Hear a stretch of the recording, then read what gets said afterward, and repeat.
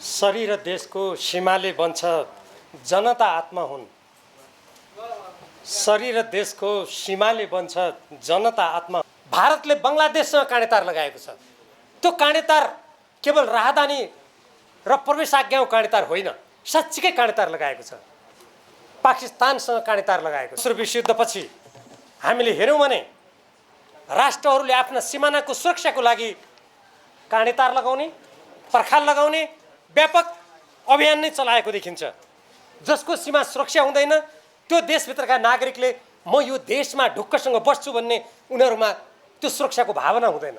नेपाल मात्रै यस्तो देश हो जसले संसारका सबभन्दा ठुला, सबभन्दा बढी जनसङ्ख्या भएको देशको बिचमा बसेर न सन्धिबाट तय भएको, न कुनै कानुनबाट तय भएको, यत्तिकै कुन चाहिँ बेलाको कुन चाहिँ शासकको सनकको भरमा हाम्रो सिमानालाई अन्तर्राष्ट्रिय कानुन बमोजिम नियमन गरेको छैन। राष्ट्रमन्त्री नारायण खड्काजी चीन जानु भएको छ, त्यहाँ वार्ता गर्नुहोस्। हो कि होइन, चीनबाट फर्केपछि अन्तर्राष्ट्रिय विमानस्थलमा ओर्लेर नेपाली जनतालाई जवाब दिनुहोस्। सार्वभौम देशले त यसरी काम गर्छ होइन र? बाहिरका नागरिकलाई निर्वाध प्रवेश गर्न दिँदैन, कुनै पनि देशले दिँदैन। त्यो एउटा देशले दिन्छ, त्यो नेपाल हो। अनि हामी नेपालमा भन्छौँ हाम्रो आर्थिक अवस्था कमजोर छ, हाम्रो यहाँ रोजगारीका समस्या छन्, हाम्रो कृषि उत्पादन घट्या छ, हामी आदि कुरा गर्छौँ तर आफ्नो देशको सिमानालाई सुरक्षित गर्दैनौँ। यी सम्पूर्ण कुरालाई समेट्ने, घचघच्याउने, नेपालीहरूको भावनालाई उद्वेलित गर्ने चलचित्र हो काँडेतार। यो नेपालीको देशभक्तिपूर्ण भावना, देशभक्तिपूर्ण स्पन्दनलाई सशक्त अभिव्यक्ति दिने चलचित्र हो। यसको व्यापक प्रचार गरौँ, प्रसार गरौँ, नेपाली जनजनमा पुर्याउँ, मन मनमा पुर्याउँ। अमेरिकाले हरियो परिचय पत्र, ग्रिन कार्ड लिएको 5-7 वर्षपछि निवेदन दिनु पाउने भनेको छ। बेलायत जस्तो ठाउँमा राजकुमारीले निवेदन दिन 3 वर्ष पर्खिनुपर्छ। अनि यति धेरै ठुलो जनसङ्ख्या भएको देशमा हामी बसेका नेपाली पुरुषसँग बिहा गर्न आउने विदेशी महिलाले 7 वर्ष निरन्तर यो देशमा बस्नुपर्छ। त्यो बेलासम्म थाई परिचय पत्र लिनुपर्छ। उसले आर्थिक, सामाजिक, सांस्कृतिक, शैक्षिक सुविधा पाउनुपर्छ भन्दा होइन तिमीले किन यो गर्ने, तिमी भारत विरोधी हो भन्ने यो कुराको कुनै औचित्य छ? शरीर देशको सीमाले बन्छ जनता आत्मा हुन्। शरीर देशको सीमाले बन्छ जनता आत्मा हुन्। स्वाधीनताभित्र अस्तित्व रहन्छ देशभक्ति उच्च जन।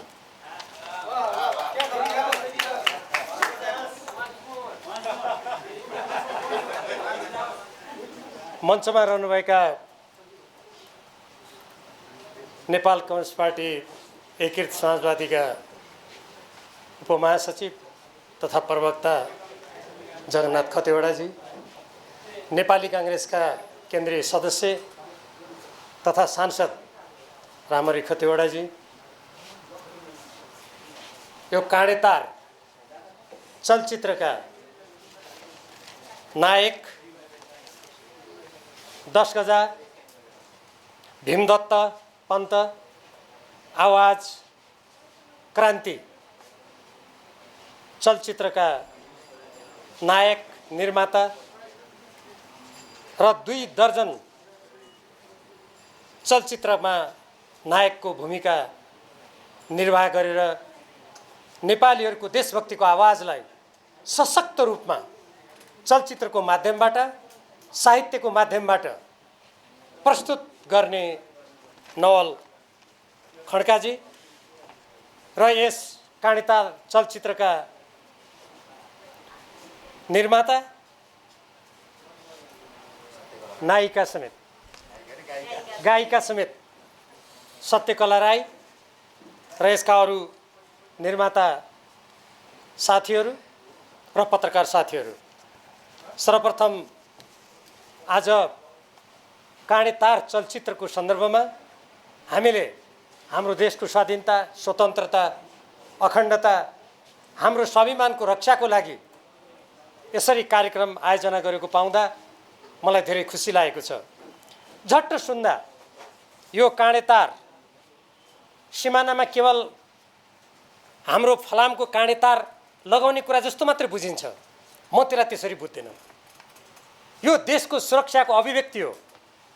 यो काँडेतार साँच्चीकै लगाएर पनि हुनसक्छ, पर्खाल लगाएर पनि हुनसक्छ, यो अन्तर्राष्ट्रिय कानुन बमोजिम हाम्रो सीमा नियमन गरेर जसरी अरू देशले भियना महासन्धि अनुसार अन्तर्राष्ट्रिय अभ्यास अनुसार प्रवेश आज्ञाको प्रणाली लागू गरेका छन् त्यो लागू गरेर पनि हुनसक्छ। त्यसकारण काँडेतार साँच्चीकै भौतिक काँडेतार पनि हो, राजनीतिक काँडेतार पनि हो, कूटनीतिक काँडेतार पनि हो। यो चलचित्र भएको हुनाले नेपाली जनताको चेतनालाई प्रफुल्लित गर्ने यो साहित्यिक अभिव्यक्तिको काँडेतार पनि हो। हामीले यसलाई यसरी बुझ्नुपर्छ जस्तो मलाई लाग्छ। हामीले केही समय अगाडि हाम्रो देशका प्रधान सेनापतिजीको अभिव्यक्ति सुन्यौँ। सेना हाम्रो देशको भौगोलिक अखण्डताको लागि, हाम्रो जमिनको रक्षाको लागि अन्तिम र भरपर्दो शक्ति हो। हाम्रो त्यो राष्ट्रिय सुरक्षाको भरपर्दो शक्तिका प्रमुख प्रधान सेनापतिजीले एउटा कार्यक्रममा भन्नुभयो, आजको बदलिँदो परिस्थितिमा हाम्रो देशको सिमानामा अब काँडेतार लगाउनुपर्छ। यो देशको प्रधान सेनापतिले भनेको।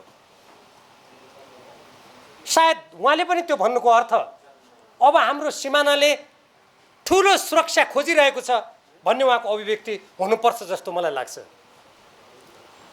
हामी दक्षिण एसियामा हेरौँ, भारतले बङ्गलादेशसँग काँडेतार लगाएको छ। त्यो काँडेतार केवल राहदानी र प्रवेशाज्ञाको काँडेतार होइन, साँच्चीकै काँडेतार लगाएको छ। पाकिस्तानसँग काँडेतार लगाएको छ। अमेरिका जस्तो शक्तिशाली देश जसले चन्द्रमामा मङ्गल ग्रहमा निर्माण गर्न सक्छ, प्रक्षेपण गर्न सक्छ, त्यो देशले मेक्सिकोसँग ठुलो पर्खाल लगाएको छ। दोस्रो विश्वयुद्धपछि हामीले हेऱ्यौँ भने राष्ट्रहरूले आफ्ना सिमानाको सुरक्षाको लागि काँडेतार लगाउने, पर्खाल लगाउने व्यापक अभियान नै चलाएको देखिन्छ। लाटभियाले रुसको सीमावर्ती क्षेत्रमा 90 किलोमिटर तारबार लगाएको छ। लिथुआनियाले तारबार लगाएको छ। पोल्यान्ड धेरै लामो तारबार लगाउने देशमा पर्छ। अमेरिकाले मैले भनिहालेँ, दक्षिणी सिमानामा मेक्सिकोसँगको कुरा मैले भनिहालेँ। अर्जेन्टिना, इक्वेडर, पेरुले सीमा नियन्त्रण र सुरक्षाको लागि काँडेतार लगाएका छन्। हाम्रो छिमेकी भारतले लगाएको कुरा म फेरि दोहोऱ्याउन चाहन्छु। त्यो सीमा नियन्त्रण राज्यको सार्वभौम अधिकारको एउटा सशक्त अभिव्यक्ति हो। अध्यागमन नियन्त्रण र नियमनले सम्बन्धित देशका नागरिकलाई सुरक्षाको प्रत्याभूति गर्नुका साथै अपनत्व भाव सिर्जना गर्छ। जसको सीमा सुरक्षा हुँदैन त्यो देशभित्रका नागरिकले म यो देशमा ढुक्कसँग बस्छु भन्ने उनीहरूमा त्यो सुरक्षाको भावना हुँदैन। र साँच्चीकै भन्ने हो भने राष्ट्रिय एकीकरण र अखण्डताको भावना पनि त्यहाँ एकदमै कमजोर हुन्छ। राज्यले सीमा नियन्त्रण र नियमनका लागि अन्तर्राष्ट्रिय कानुन छन्, महासन्धि छन्। प्रथम विश्वयुद्धपछि लगत्तै जन्मेको लिग अफ नेसन्स अर्थात् राष्ट्रसङ्घले त्यसको महासन्धिमा देशहरूले आफ्नो सिमाना नियन्त्रण गर्नुपर्ने कुरा विश्व समुदायले मानेको छ। संयुक्त राष्ट्रसङ्घको बडापत्रमा कुनै पनि देशको सार्वभौम सत्ता, उसको क्षेत्रीय अखण्डता, उसको भौगोलिक क्षेत्राधिकार सीमा नियमनसँग आबद्ध भएको हुनाले प्रत्येक राज्यलाई त्यो अधिकार हुन्छ भनेर उसले त्यसको प्रत्याभूति गरेको छ। हाम्रो देश नेपाल संयुक्त राष्ट्रको संस्थापक देशमध्ये एउटा हो र त्यसको आरम्भको देशमध्ये एउटा हो। हामीले यसरी अन्तर्राष्ट्रिय कानुन महासन्धिलाई पनि ध्यान दिनुपर्छ। अघि भर्खरै यो चलचित्रका नायक नवल खड्काजीले यसका 6वटा कारण भन्नुभएको थियो। मैले संसारभरि सीमा नियमन गर्नुको लागि अहिले यति धेरै ठुलो सीमा नियन्त्रण र सुरक्षाको बहस भइरहेको छ। थुप्रै कानुनहरू छन्, थुप्रै सन्धिहरू छन्। त्यसमध्ये उहाँले अघि जुन चर्चा गर्नुभयो, मैले पनि बढ्दो आप्रवासन, लागु पदार्थको तस्करी, मानव बेचबिखन, हात हतियारको ओसार पसार, यो बढ्दो जुन अहिले विश्वव्यापीकरण भइरहेको छ त्यस अन्तर्गत व्यापार सन्तुलन र नियन्त्रण जस्ता कुराहरूका लागि सबै सार्वभौम देशहरूले आफ्नो सिमाना नियमन गरेको हुन्छ, नियन्त्रण गरेको हुन्छ। हामी कहिलेकाहीँ सुन्छौँ क्यानाडा र अमेरिकाको त सीमा खुला छ। छैन। म अमेरिकाको र क्यानाडाको सिमानामा गएको थिएँ धेरै वर्ष अगाडि। त्यहाँ नियागरा फल्स अर्थात् नियागरा नदीको छहरा छ ठुलो, र त्यहाँबाट हामीले क्यानाडा जानु पर्यो भने त्यहाँ पनि विशेष त्यो हेर्दाखेरि मात्रै खुला हो। त्यहाँ सम्बन्धित व्यक्तिको राम्रो परिचय र अनुमति लिएर मात्र जान पाइन्छ।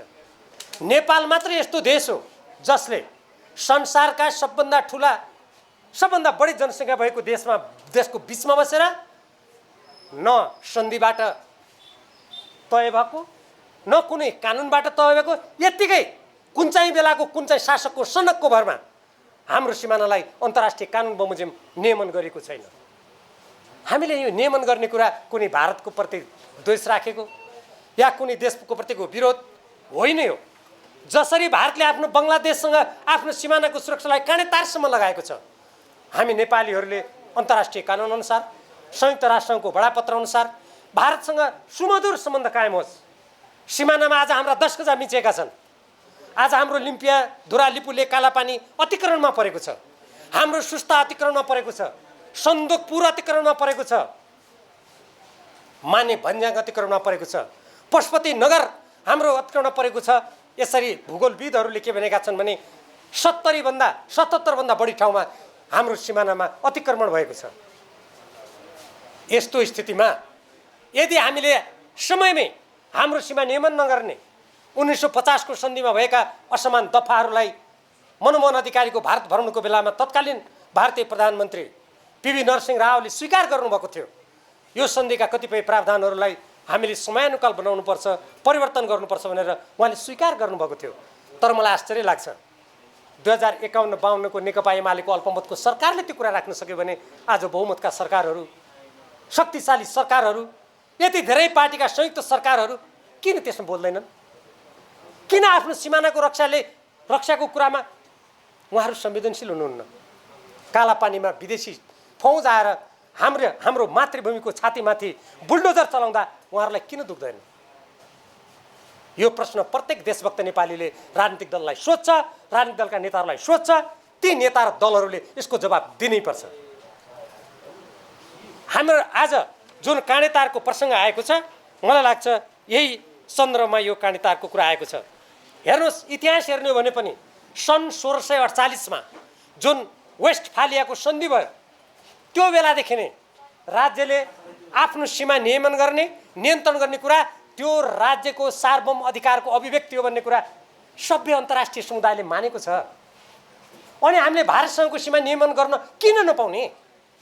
जब भारतले आफ्नै देशभित्र आसाम, मेघालय, काश्मीर जस्ता ठाउँहरूमा विदेशीहरूको आवागमनमा अझ भारतीयहरूकैले पनि त्यहाँ जग्गा सग्गा किन्ने कुरामा उसले आफैले नियन्त्रण गर्न सक्छ, आफ्नै देशभित्र आफ्नो राष्ट्रिय सुरक्षाको लागि भने।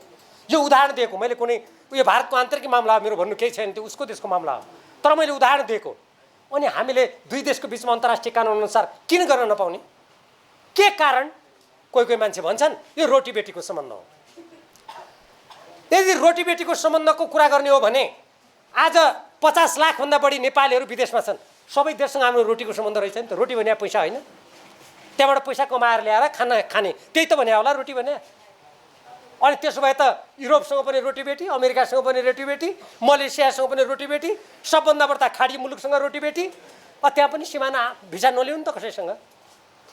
यो रोटी बेटीको सम्बन्ध हुँदैन सार्वभौम देशको बिचमा। समान आधारमा, सार्वभौम समानताको आधारमा सम्बन्ध हुन्छ। भारतले खाद्यान्न ल्याउँदैन कुनै देशबाट, त्यहाँका नागरिकले कुनै देशको महिला बिहा गरेका छैनन्, अनि रोटी बेटीको सम्बन्ध भनेर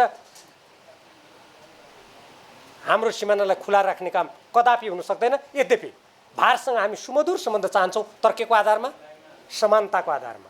आजको सभ्य विश्वमा अन्तर्राष्ट्रिय कानुन बमोजिम जसरी अरू देशहरूका बिचका सम्बन्धहरू सञ्चालित छन्, हामी त्यही चाहन्छौँ।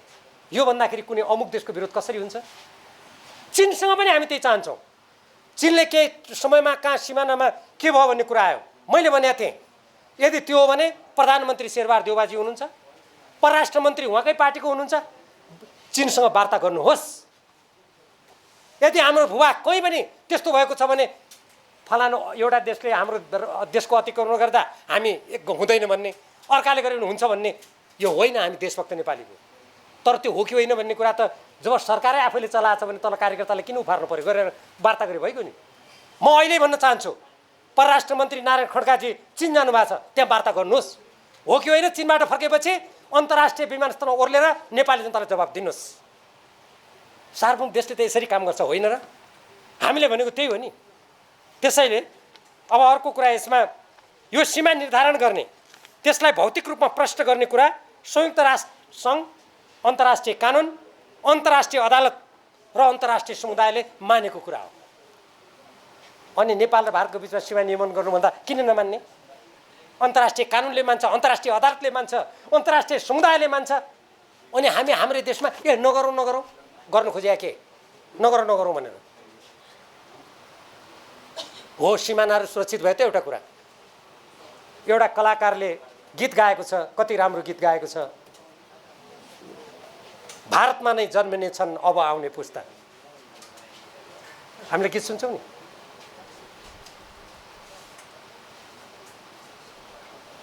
कल्यो मिच्यो काला पानी, कल्यो मिच्यो सुस्ता, त्यो त होइन उहाँको लाइन, तर मैले थपेँ।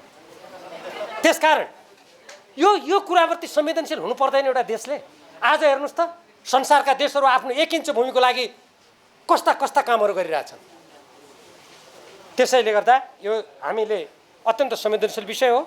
कुनै पनि सार्वभौम देशले आफ्नो देशमा बाहिरका नागरिकलाई निर्वाध प्रवेश गर्न दिँदैन, कुनै पनि देशले दिँदैन। त्यो एउटा देशले दिन्छ, त्यो नेपाल हो। अनि हामी नेपालमा भन्छौँ हाम्रो आर्थिक अवस्था कमजोर छ, हाम्रो यहाँ रोजगारीका समस्या छन्, हाम्रो कृषि उत्पादन घट्या छ, हामी आदि कुरा गर्छौँ तर आफ्नो देशको सिमानालाई सुरक्षित गर्दैनौँ। यी सम्पूर्ण कुरालाई समेट्ने, घचघच्याउने, नेपालीहरूको भावनालाई उद्वेलित गर्ने चलचित्र हो काँडे तार। त्यसैले म चलचित्रकर्मी, निर्माता, यसका नायक, गायक सबैलाई हार्दिक धन्यवाद दिन चाहन्छु, बधाई दिन चाहन्छु र सञ्चार जगत यहाँहरू जस्तो पत्रकार साथीहरूलाई हार्दिक आह्वान गर्न चाहन्छु। यो चलचित्र केवल नवल खड्काजीले त्यसमा लगानी गर्नुभयो होला, मेहनत गर्नुभयो होला, नायक बन्नुभयो होला, तर यो उहाँको मात्र चलचित्र होइन, यो नेपालीको देशभक्तिपूर्ण भावना, देशभक्तिपूर्ण स्पन्दनलाई सशक्त अभिव्यक्ति दिने चलचित्र हो। यसको व्यापक प्रचार गरौँ, प्रसार गरौँ, नेपाली जनजनमा पुर्याउँ, मन मनमा पुर्याउँ। यसले आजको पुस्ता मात्र होइन, हाम्रो भोलिको पुस्तालाई पनि घचखिचाउन सक्छ, देशप्रेमको भावना जागृत गर्न सक्छ। मैले चलचित्रको बारेमा अब छोटकरी भनेर मेरो कुरालाई म टुङ्ग्याउन गइरहेको छु। मैले यो कुरा भन्नै पर्छ। मैले भारतमा पनि चलचित्रको इतिहासलाई अलिअलि बुझेको छु, थोरै भए पनि। अरू देशका चलचित्र पनि कहिलेकाहीँ हेरेको छु देशभक्तिपूर्ण। उनीहरूले देशभक्तिपूर्ण चलचित्र आएपछि त्यसको लागि सरकारले सहयोग गर्छ। त्यहाँका सिनेमा भवनहरूले, चलचित्र भवनहरूले सहयोग गर्छन्। हामी कहाँ देशभक्तिपूर्ण चलचित्र यहाँका चलचित्र भवनमा ल्याउनु पर्यो भने आजकलको युवा युवतीहरूले बढी मन पराउने, उनीहरूको मनलाई उद्वेलित गर्ने अर्को चलचित्र त्यहाँ ल्याएर त्यो चलचित्रलाई असफल पारिन्छ। जसले यो गर्छ तिनीहरू देशघाती हुन्। तिनीहरूले देशको साधन स्रोत राज्य प्रणालीको दुरुपयोग गरेर नेपालीको देशभक्तिपूर्ण आवाजलाई दबाउने कुचेष्टा गर्छन्। आज नागरिकतामा त्यही भएको छ। नागरिकतामा हामीले बारम्बार भनेका छौँ, देशभक्त नेपालका नागरिकहरूले सहजै नागरिकता पाउनुपर्छ।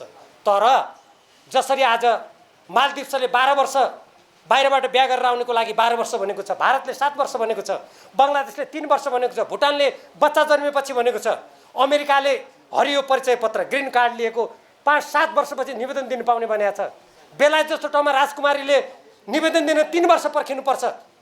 अनि यति धेरै ठुलो जनसङ्ख्या भएको देशमा हामी बसेका नेपाली पुरुषसँग बिहा गरेर आउने विदेशी महिलाले 7 वर्ष निरन्तर यो देशमा बस्नुपर्छ। त्यो बेलासम्म थाई परिचय पत्र लिनुपर्छ।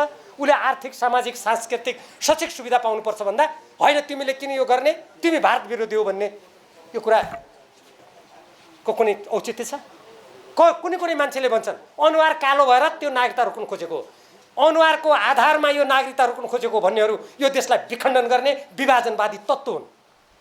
हामी तराईमा बस्ने पनि कोही गोरा छौँ, कोही काला छौँ। पहाडमा बस्ने के सबै गोरा छन् र?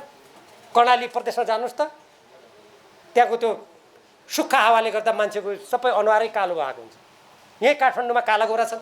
यो काला गोराको प्रश्न होइन, यो हो नेपालको दीर्घकालीन अस्तित्वको रक्षाको लागि नेपालको संविधान बनाउने बेला नेपालका नेताहरूले 5 वर्षदेखि 7 वर्षसम्म हामी विदेशीसँग नेपाली नागरिकसँग बिहा गरेर आउने विदेशी महिलालाई हामी 5 देखि 7 वर्ष बनाउने छौँ भनेर त्यो नागरिकता सम्बन्धी कुरा लेख्दा जुन वचन दिनुभएको थियो, आज वचनबाट उहाँहरू पछि हट्नु भनेको यो देशप्रतिको बेमानी हो।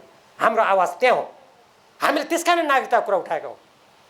संसारमा कुनै पनि देशले नागरिकतालाई खुकुलो बनाउँदैन। भारत जस्तो त्यत्रो जनसङ्ख्या भएको देश, जो अब 2023मा गएर संसारको सबभन्दा बढी जनसङ्ख्या भएको देश हुँदैछ, उसले आसाममा 40 लाख मानिसहरूको नागरिकताको कुरा आउँदा दिन्न भनिदियो सोझै। त्यहाँ आन्दोलन भयो, प्रशासनले नियन्त्रण गर्यो, अनि हाम्रो देशमा संसारभरिका काहीँ नागरिकता नपाएका यहाँ आएर ल्याऊ। यो नेपालीहरूलाई अल्पमतमा पारेर कालान्तरमा गएर नेपालको अस्तित्व समाप्त गर्ने चालबाजी हो। हामीले त्यो आवाज उठाएका हौँ। त्यसकारण यो काँडेतार यो नागरिकताको रक्षासँग सम्बन्धित छ, हाम्रो साधन स्रोतको रक्षासँग सम्बन्धित छ। आज भर्खरै हामीले सुनेका छौँ पश्चिम सेतीमा भारतीय कम्पनीलाई पश्चिम सेती र सेती 6 जिम्मा लगाए अरे। त्यो सम्झौतामा के लेखा छ? माथिल्लो कर्णाली आज 8 वर्ष भयो सम्झौता भएको, जिएमआरले ओगटेको छ, 14 वर्ष भयो उसले ओगटेको। सरकार 2 वर्ष आँखा चिम्लेर म्याद बढाउँछ, डेढ अरबभन्दा बढ्ता उसँग हर्जाना लिनुपर्ने लिँदैन। काँडेतारले भन्छ देशका साधन स्रोत त्यसरी देशमा उपयोग गरौँ। काँडेतारले भन्छ हाम्रा नेपालीहरू लाखौँमा विदेशमा गएर मुगलान गइरहेका छन्, त्यो विप्रेषणको नाममा आफ्ना देशका नागरिक अब नर्सलाई बेलायत पठाउने भनेको छ। सारा नर्सहरूलाई यहाँका अस्पतालहरूमा अब केही समयपछि नर्सको अभाव हुँदैछ। अनि यसरी आफ्नो देशलाई उजाड बनाएर विदेशीको अगाडि लम्पसार पर्ने हो भने हामी न नेपाली रहन्छौँ न हाम्रो स्रोत रहन्छ। त्यसकारण काँडेतारले भन्छ यी सम्पूर्ण कुराको रक्षा गरौँ। त्यसैले काँडेतार यो सिमानाको काँडाको तार मात्रै होइन, अहिले मैले उल्लेख गरेका सम्पूर्ण कुराको सार हो, त्यसको अभिव्यक्ति हो, सशक्त आवाज हो। त्यो आवाजलाई घन्काउँ। पुनः यो चलचित्रको पूर्ण सफलताको कामना गर्दछु। यसका निर्माता नायक नवल खड्काजीलाई पुनः हार्दिक धन्यवाद दिन्छु, गायिका सत्यकला राई, त्यसपछि गएर यसका अरू सबै पात्रहरू, यसमा योगदान दिनेहरू सबलाई हार्दिक धन्यवाद दिँदै यो चलचित्रको पूर्ण सफलताको कामना गर्छु। र यहीँबाट नेपाल सरकारलाई भन्न चाहन्छु, माधव घिमिरेको त्यो कविताको गीतको पङ्क्तिलाई सम्झेर यो चलचित्रलाई मद्दत गर्नुहोस्। प्रधानमन्त्रीजी, पर्यटन मन्त्रीजी, सञ्चार मन्त्रीजी, चुलिन्छ कहाँ उचाइ हाम्रो हिमालय नरहे, चुलिन्छ कहाँ उचाइ हाम्रो हिमालय नरहे, रहला कहाँ नेपाली हामी नेपालै नरहे। धन्यवाद।